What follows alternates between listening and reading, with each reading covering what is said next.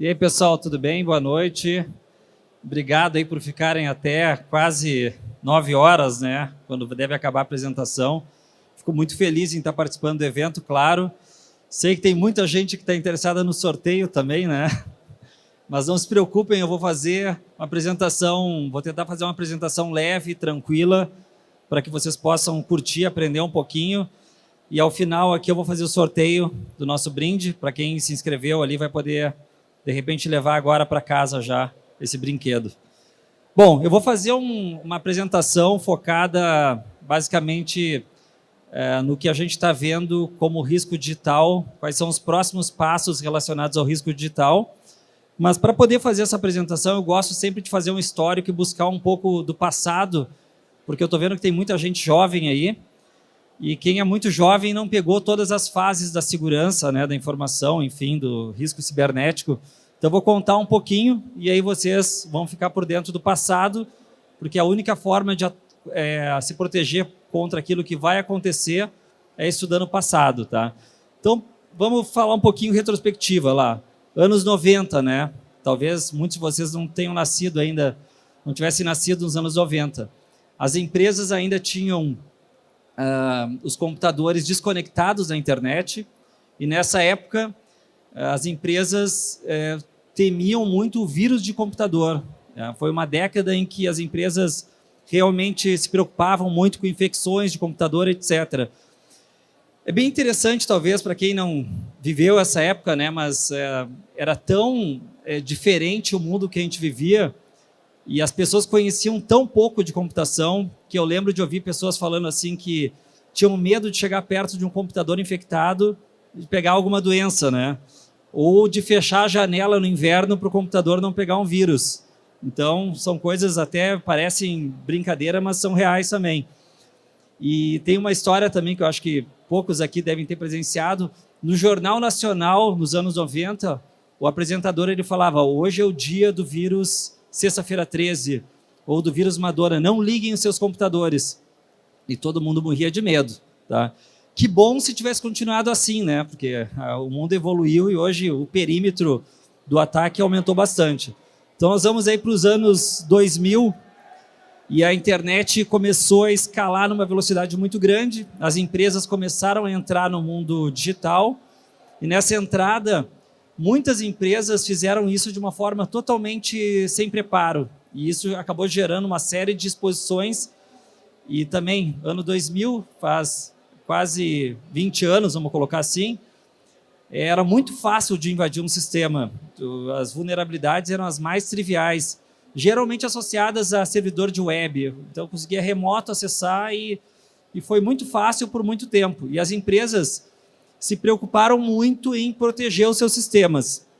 Foi bem interessante porque, principalmente os grandes bancos, as empresas maiores, gastaram muito dinheiro em proteger o perímetro. Então, vamos fazer uma analogia aqui, vamos fazer uma reflexão. Antes, era muito ligado ao endpoint, que era o usuário, né? O vírus está ligado ao computador. Aí depois foi para o perímetro. E aí vem os dias de hoje. Então, o que está acontecendo hoje? Hoje mudou o paradigma do risco, né? Que eu vou aprofundar com vocês aqui nessa nossa apresentação. Acontece que as empresas investiram muito em segurança do perímetro para dentro. E, ao mesmo tempo, ocorreu uma mudança de paradigma, que é a transformação digital, que é hoje uma buzzword, aí todo mundo está falando muito, mas que, no fundo, as empresas perceberam que é muito mais rápido capturar clientes do meio digital, transacionar valores, entregar serviços. E vocês devem saber isso, porque todo mundo aqui tem uma conta digital, ou um cartão digital, ou prefere falar por chat, ou prefere consumir um serviço pela internet, né? É muito mais fácil, muito mais barato para a empresa. Só que essa transformação digital, ela traz uma série de implicações. E aí vem a questão do risco digital. Então, a gente está falando basicamente de uma categoria de risco nova. O risco digital é aquela visão de que o risco ele acontece fora do perímetro da empresa, tá? Isso é bem recente, aí, quem trabalha com segurança ou quem está entrando nessa área, saber que, de fato, hoje existe uma ameaça muito grande fora do perímetro. Isso não é monitorado, não é visto pela maioria das empresas. Eu gosto de dar um exemplo também, porque quando a gente fica muito bit-byte, né, fica difícil de falar com o negócio e entender, e tem uma crise meio que de identidade de quem trabalha com segurança, que é não se ver integrado com o negócio. Aí o pessoal fica falando assim, pô, segurança é uma área que é uma despesa dentro da empresa, enfim. Mas eu acho que não, tá? E aí eu trago um exemplo aqui para vocês da importância que tem a segurança num processo que hoje é conhecido, aí todo mundo fala bastante, que é a jornada do consumidor, ou a jornada do cliente. E essa jornada do cliente, ela se transformou numa jornada digital. Então, o que significa isso? Que vocês todos aí, jovens, né, quando consomem algum serviço ou quando desejam consumir um serviço ou um produto, vocês imediatamente entram na internet para procurar algo que resolva o problema que vocês têm. Tá? A partir desse momento, vocês já começam a ser bombardeados por propaganda de pessoas que vendem esses serviços. E o que essas pessoas ou empresas querem fazer? Eles querem jogar vocês dentro de uma jornada digital. Eles querem que vocês acessem o site, que vocês consumam conteúdo, que vocês deixem um e-mail lá, que vocês baixem um aplicativo, que vocês criem uma conta free para começar a se relacionar com vocês. Tá? E isso é algo que está acontecendo no mundo todo, no Brasil. Obviamente, o Brasil demora um pouco mais, mas hoje a gente tem um efeito bem interessante no Brasil das empresas realmente estão se transformando em empresas digitais. Olha os bancos, né? Até aqui a gente tem vários bancos digitais. Isso é impensável há 5 anos atrás, 10 anos atrás. Só que ao mesmo tempo que as empresas elas estão indo para o digital com muita força e fazendo isso talvez não da melhor forma possível, isso faz com que a superfície de ataque ela aumente muito e de uma forma meio que caótica. Então, antigamente, pegar empresas assim que tinham lá a página na web, passaram a ter a página, o aplicativo, uma landing page, o anúncio, etc. Uma empresa hoje, média, ela chega a ter 20, 30 touchpoints digitais, que são pontos de contato com o consumidor. E esses pontos, muitas vezes, não são mapeados adequadamente. Tá? Mas ele pergunta assim, tá, Fábio, o que isso aí tem a ver com segurança? Né? Eu estou aqui, evento de segurança, tem muito a ver. Porque essa é a última fronteira e é onde estão acontecendo a maioria dos ataques. Os ataques acontecem onde está o consumidor. E acontecem coisas assim. Então, esse aqui é um post que está no Facebook da Macy's. A Macy's é uma empresa de varejo nos Estados Unidos. E aí a pessoa escreveu assim, recebi um e-mail informando que minha conta foi bloqueada e um link para resetar minha senha. Só tem um problema, eu não tenho conta, não tenho a conta na Macy's, né? Eu não tenho cartão de crédito, então eu não vou clicar, porque deve ser um e-mail não solicitado e tudo mais. E o que é interessante é que nas respostas, uma pessoa coloca assim, tá, e aí, Macy's, essa página é verdadeira, esse e-mail é verdadeiro ou é falso? Então isso mostra que nessa ânsia que as empresas tiveram de irem para o digital, de criar perfil, os criminosos viram assim, não, peraí, tem uma oportunidade aí. Vamos começar a ocupar esse espaço e vamos gerar situações que a gente possa obter dados ou até próprio estelionato contra os usuários, contra os clientes. Quem aqui não recebeu já um e-mail de troque sua senha ou alguma promoção agora no Black Friday de uma TV de 4K por 200, 300 reais, né?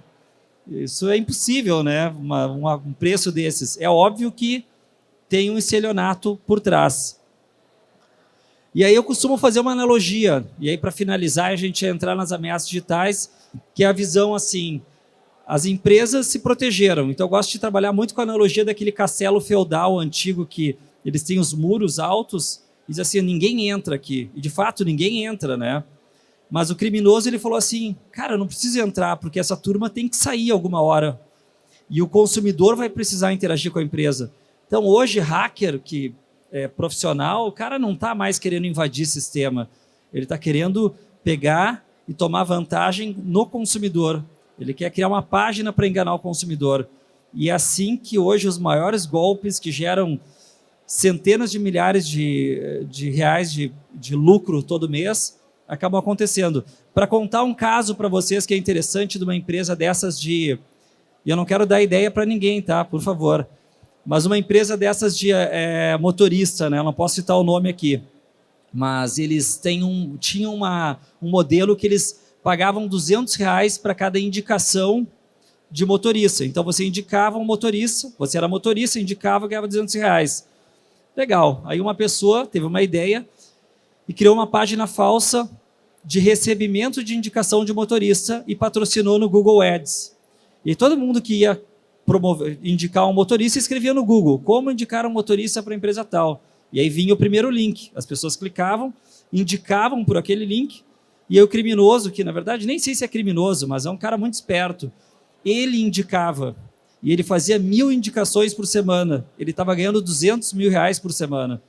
E quando foram atrás falar assim, pô, tá fazendo? Eu disse, não, eu não estou fazendo nada de errado. As pessoas estão me dando a informação e eu estou indicando. Tá? Então, para mostrar como esse tipo de golpe gera muito mais dinheiro e efeito financeiro mesmo do que os antigos de invasão e tudo mais.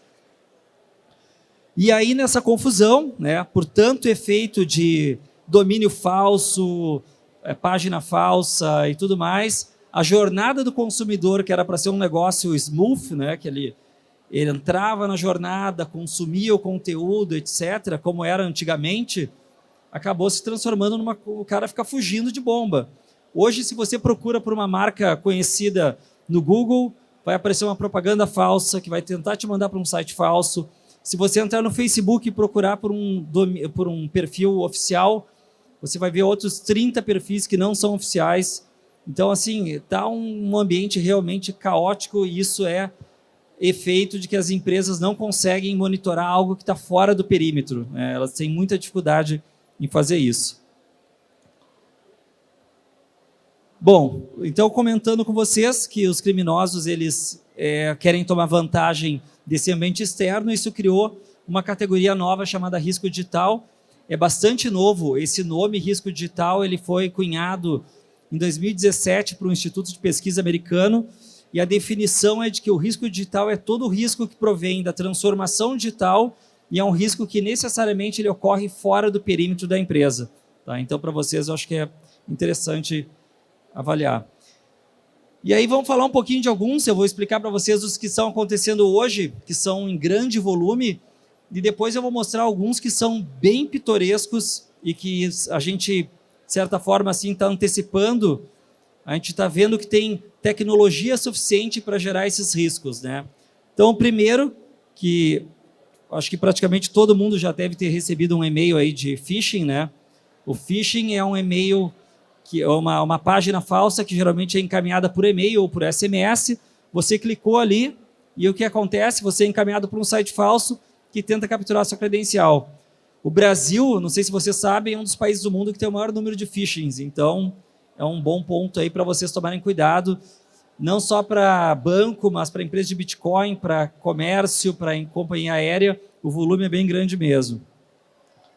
O segundo, perfil falso em rede social, esse acaba sendo um risco que também no Brasil tem uma relevância bastante significativa, porque no Brasil as pessoas usam muito as redes sociais e confiam muito nas redes sociais. Então, se você procurar a sua empresa favorita, você vai encontrar diversos perfis falsos e muitas vezes tentando tirar alguma informação de você ou oferecendo uma venda ou algo do tipo. O terceiro é o cupom falso e não é muito comum no Brasil, né? Diferente dos Estados Unidos, o pessoal usa mais cupom, mas aqui a gente já viu vários casos de tentativa de oferta de cupom, que na verdade é só para roubar informação. E o brasileiro é bem interessante, assim, porque o brasileiro, diferente de outros povos, é um povo que confia muito, né? E é um povo também que não dá muita importância, às vezes, para o dado. Então, fizeram um estudo há um tempo atrás e ofereceram dinheiro para as pessoas em troca de todas as suas informações. E descobriram que por R$50 as pessoas dão todas as suas informações. Né? Então, para vocês terem uma ideia, na Deep Web, dependendo do tipo de informação, uma informação completa de uma pessoa que tem um score acima de 800 no Serasa chega a valer R$100. Então, pô, tem valor a informação. O nome de vocês, o nome da mãe de vocês, o CPF, tomem cuidado, né? Não é à toa que está vindo a lei aí para tentar proteger a população. Tem um outro golpe aí para quem é jovem, está entrando no mercado de trabalho, que é bem importante também, que é a vaga falsa de emprego. Para mim é um dos piores, mais perversos que tem, porque ele pega justamente as pessoas que estão procurando emprego. Então, quem aqui não recebeu já uma vaga num grupo da família lá no WhatsApp, né? Fala, olha meu filho, olha essa vaga aqui, estão oferecendo X mil reais para fazer, sabe, o emprego dos sonhos, né? Como é que funciona esse golpe? A pessoa clica no link, aí ela participa de um processo seletivo que é encaminhado para um lugar físico. Aqui em São Paulo tem uns 3 ou 4 lugares. Aí você chega lá, é recebido por uma pessoa, você faz uma avaliação, você passa e você tem que comprar o uniforme e pagar o exame médico, que custa mais ou menos uns 600 reais. Tá? Então, mais um golpe que tem gerado assim, um volume de pessoas, porque ainda mais com o desemprego que a gente tem no Brasil, né? Então tem que monitorar. Aplicativo falso também, para quem usa Android aí e gosta de baixar APK. É muito comum ter APK vampiro, que está, na verdade, capturando os dados de vocês. Então, às vezes o cara quer baixar um aplicativo que não tem disponível no Brasil, ou a conta, enfim, não tem o cartão de crédito, sei lá. Tomem muito cuidado, só baixem de lojas oficiais, porque é uma forma de obter dados e vai acabar saindo caro para vocês. Tem um outro golpe que é o empréstimo falso também. Espero que ninguém aqui tenha caído nesse golpe. Muito parecido com o da vaga falsa. Ele oferece aquele tipo de empréstimo que nem pai dá para filho, sabe? Os juros, é o cara que está negativado, todo ferrado e consegue um empréstimo por 0,5% ao mês. Aí ele aplica, é aprovado e ele precisa pagar uma taxa para cadastral que é mais ou menos R$ 150. Então, é um golpe que vocês podem pensar assim, poxa, mas será que isso existe? Não, só existe como milhares de pessoas caem nesse tipo de golpe todo mês. Mas como é que esses caras conseguem fazer a pessoa clicar no link lá ou se interessar e botar as informações? Normalmente eles usam marcas conhecidas, marcas de bancos, marcas de empresas financeiras. Então, assim, não saiam acreditando em tudo que vocês veem, né? Porque tem muito estelionato. E aí eu vou falar um pouquinho sobre o que a gente está vendo, que está vindo aí uma onda de novos golpes, né? Eu nem vou entrar nesses de WhatsApp, porque esses aí já vêm, já estão saindo, já estão modernizando. Eu vou falar sobre, são 4 que estão chamando muito atenção, e eles estão assim, a gente tem uma área de pesquisa dentro da Axur, e a nossa área de pesquisa a gente sempre fica tentando antecipar o que está rolando, o que potencialmente pode ser um novo golpe, o que já existe tecnologia, porque a gente tenta simular esses golpes para descobrir como nós vamos criar tecnologia para proteger as empresas que são os nossos clientes desse tipo de situação, tá? O primeiro deles, opa, não está na ordem aqui, tá? Mas eu vou passar por todos. Então, eu vou falar sobre o sound squaring. Bom, vocês já devem ter ouvido falar sobre empresas que se preocupam em monitorar seus domínios, porque os estelionatários criam domínios e nos domínios eles colocam erros de ortografia que comumente as pessoas fazem ao digitar e caem numa página falsa. Então pega Apple, né? A tecla S e a A estão muito próximas no teclado. O cara está escrevendo rápido, ao invés de escrever Apple, escreve Apple, né? Com S ao invés de o A. E entra numa página falsa. E nem se dá conta. Isso é coisa do passado, tá? Isso tem assim nos bancos aqui no Brasil, tem a rodo. Quando saíram os domínios Unicode, que é aqueles domínios que tu consegue usar acento no domínio, não sei se vocês sabem, mas já pode registrar domínio com acento. Os hackers descobriram que eles poderiam criar domínios com letras que chamam homoglifos, que são muito parecidas com as letras, por exemplo, do alfabeto latino tem o A, mas no alfabeto cirílico tem um outro A que não é o A. Então, se você escrever Apple, cujo A é do alfabeto cirílico, e botar isso num browser, você vai estar lendo Apple, mas vai estar indo para outro site. Tá? Então, isso foi a segunda geração. O que a gente está percebendo agora que é uma ameaça iminente? É os homófonos. Né? Não sei se alguém já ouviu falar de um homófono, né? Mas, por exemplo, sexta, é um homófono, pode ser sexta-feira ou pode ser uma sexta.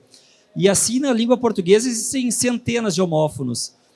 E o homófono, por que ele é tão importante? Porque o Brasil é um país muito grande, vários sotaques, né? Vocês já devem ter percebido pelo meu que eu sou do Sul, né? Mas tem sotaque para tudo que é gosto no Brasil. E o brasileiro, ele fala as palavras de uma forma assim, ninguém fala Gabriel, as pessoas falam Gabriel. Se falar Gabriel é com U, não é com L, né? E aí, olhando essa tendência dos assistentes de voz, eles estão aumentando assim, um absurdo, né? Então, 27% das pessoas buscam informação ou interagem com aplicativos por voz. Em 2022 vai ser 55%. Talvez nem todo mundo aqui já use falar com a Alexa, Cortana, com a Siri, etc. Mas isso vai fazer parte da nossa vida. Qual é a janela de vulnerabilidade que os hackers viram? De criar aplicativos ou sites que sejam muito parecidos com a forma falada e dessa maneira levar as pessoas para um site falso. Então você vai entrar lá falar com a Alexa, Alexa, please install and open 8bank. 8bank pode ser ApeBank, entendeu? E aí você está baixando um aplicativo que não é o aplicativo verdadeiro. E aí como é que vai saber se a pronúncia do inglês, do indiano, do brasileiro, ou até a nossa no português? Nós já testamos em laboratório com os assistentes de voz e a gente já viu que funciona. Então, é só começar a aparecer nos próximos anos. O segundo, eu coloquei lá na primeira página, Deep Scam, né? O pessoal falou, não, é scam, não, é scam, porque scam é golpe, né? Que é esse é um golpe que vocês vão ouvir falar muito nos próximos tempos, que é basicamente tomar vantagem da tecnologia usada para gerar o deepfake. O que é o deepfake? É o deep learning para gerar fake news. Na eleição americana do Trump, agora teve muito caso, ficou bem famoso, etc. Também com a vingança pornô que estava rolando aí, que o pessoal botava rosto de meninas em atriz pornô para tentar extorquir as pessoas, porque fica muito perfeito, né? Não sei se vocês acompanharam, mas agora em setembro, se não me engano, foi lançado na China um aplicativo chamado Zao, se não me engano, né? Só está disponível para a loja chinesa, então vai ser difícil de baixar, só com VPN e tudo mais.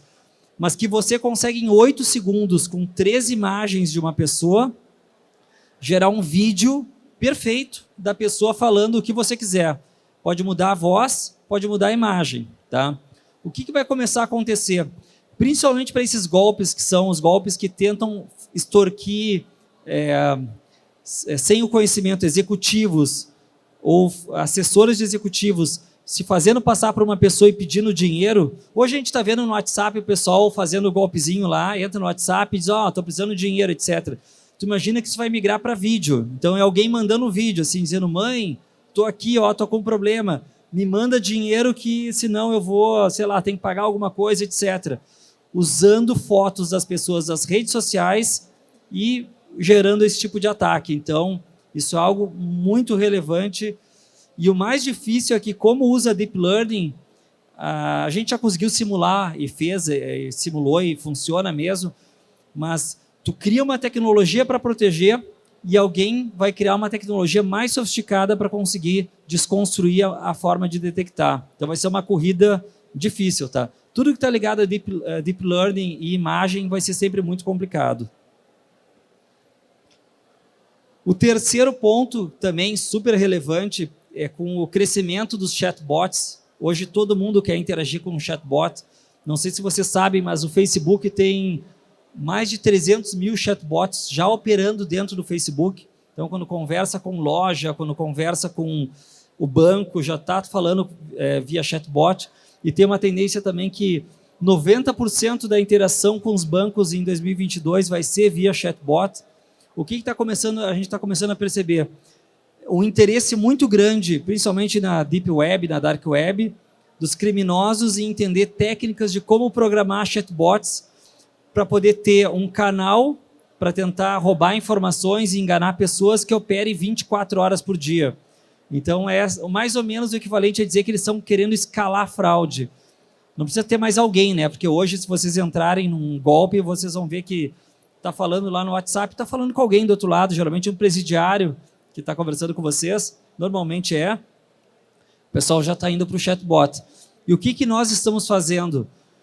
Usando processamentos de linguagem natural, NLP, a gente está criando bots que conversam com bots para tentar descobrir se aquele bot é verdadeiro ou é falso. Então, a gente está criando robôs que ficam na internet puxando papo com tudo que é chatbot que ele encontra. Perguntando, tudo bem, sabe, não é exatamente assim, né? Mas ele começa a entrar nas opções e descobrir se ele está tentando obter alguma informação, se ele se apresenta como se fosse alguma marca. A gente encontrou já um em operação para um banco brasileiro. Então, já tem gente realmente fazendo, né? Não estava em operação assim exatamente angariando pessoas, mas o robozinho conseguiu descobrir. Então, foi bem interessante. E o último caso que a gente está vendo que está tendo um crescimento também bastante expressivo, isso não necessariamente é um risco digital, mas é uma situação que está facilitando muito o criminoso digital, que é basicamente o seguinte: quando eu falo em risco digital, como eu falei, é tudo o que acontece fora do perímetro. Então, para esse cara poder hospedar uma página falsa, ou hospedar um malware, ou, sei lá, criar um fórum que ele vai ensinar a fazer algum golpe contra uma empresa, ele tem que achar um lugar onde ele consiga colocar esse conteúdo e ele tenha certeza que esse conteúdo não vai ser removido, né? E não é fácil. Então, se vocês tentarem colocar uma página falsa no ar, vocês vão ver que o pessoal tira rápido, detecta, etc. E aí começaram a surgir na Ásia os hosts, né, os provedores, os ISPs, chamado Bulletproof. Então, teve o primeiro que foi na Rússia, que foi o Russian Business Network, e aí o governo quebrou esse provedor que hospedava pedofilia, hospedava página de terrorista, etc. Mas o que os caras perceberam é que dá muito dinheiro hospedar para conteúdo que ninguém quer hospedar. E aí foi criado um que ficou muito famoso, que é o Cyberbunker, né? Esse estava operando agora até setembro, e a gente estava monitorando, inclusive sendo usado por atores aqui do Brasil. Então, o pessoal estava contratando servidores dentro do Cyberbunker com a garantia de que não interessa o conteúdo, não ia sair do ar. Então, às vezes, para conseguir bloquear o acesso, tinha que pedir para a operadora para bloquear, para não deixar sair para aquele IP, porque o pessoal tinha a garantia de que não interessava quem, não ia sair. Isso é tão pitoresco assim que, no último caso, a gente, para fazer contato com os ISTM, que era um desses bunkers, né? E até, inclusive, é interessante, se vocês buscarem na internet a história desses caras, eles compraram um bunker de verdade da OTAN, militar, e ali eles fizeram tipo um abrigo antibomba, assim, sabe? E ali estavam os servidores, então eles hospedavam mesmo com a garantia. A gente conseguiu chegar até um dos donos, e aí, quando a gente estava falando com o pessoal para tentar nos ajudar a remover o conteúdo e, enfim, né, entender melhor a situação, o governo alemão foi lá e tirou do ar. Aí a polícia foi, 600 policiais conseguiram tirar. Só que a gente está vendo um movimento muito grande do surgimento de novos bunkers. E isso vai gerar um problema muito grande, porque, obviamente, vai ficar muito difícil de remover o conteúdo. Tá. Bom, então, sei que muita gente está interessada aí já nos finalmente, né? 9 horas quase da noite, tem mais uns minutos de apresentação. Eu vou falar um pouquinho sobre o que a gente faz, então. O que nós fazemos, né, a Axur? A Axur é uma empresa que criou uma tecnologia chamada Axur One, né, que está na minha camisa aqui, é uma plataforma. Nós monitoramos toda a internet. A gente monitora não só a web superficial, Deep Dark Web, nós processamos bilhões de informações, a gente processa bilhões de e-mails, bilhões de URLs, imagem, vídeo, anúncio, onde quer que esteja, a gente está monitorando, e nós tentamos identificar sinais de coisas ruins. Qual é o nosso objetivo? Primeiro, é tornar a internet um lugar mais seguro. A gente sabe que quando a gente tira uma propaganda falsa ou uma vaga de emprego falsa, a gente está protegendo a sociedade da informação. Isso é um propósito bem importante, a gente quer proteger as pessoas. E o segundo é que nós queremos tornar a experiência de vocês com as marcas que vocês querem consumir melhor e mais segura. Então, ao remover um perfil falso no Facebook, no Twitter, a gente está ajudando não só as marcas, mas a vocês também, que vocês tenham essa experiência mais tranquila. Tá? E a gente faz isso como? Nós usamos robôs espalhados pela internet, robôs espertos, né? E processamos a informação usando, como eu disse, visão computacional, machine learning, NLP, porque é impossível uma pessoa processar esse volume. Então, a gente tem que ter muita automação e muita tecnologia. E também, como eu comentei, hoje o usuário, ainda que a gente está quase chegando em 2020, né, a gente não pode achar que o usuário ele é capaz de se proteger. Então, eu trouxe um exemplo aqui que parece uma piada, mas é verdade, de uma pessoa desses estelionatários, eu acho que o cara mais preguiçoso que eu já vi. Ele falou, não vou fazer golpe, nada, cara, vou botar no Facebook lá que eu vou customizar cartão de crédito com Avengers e vou ver se alguém cai.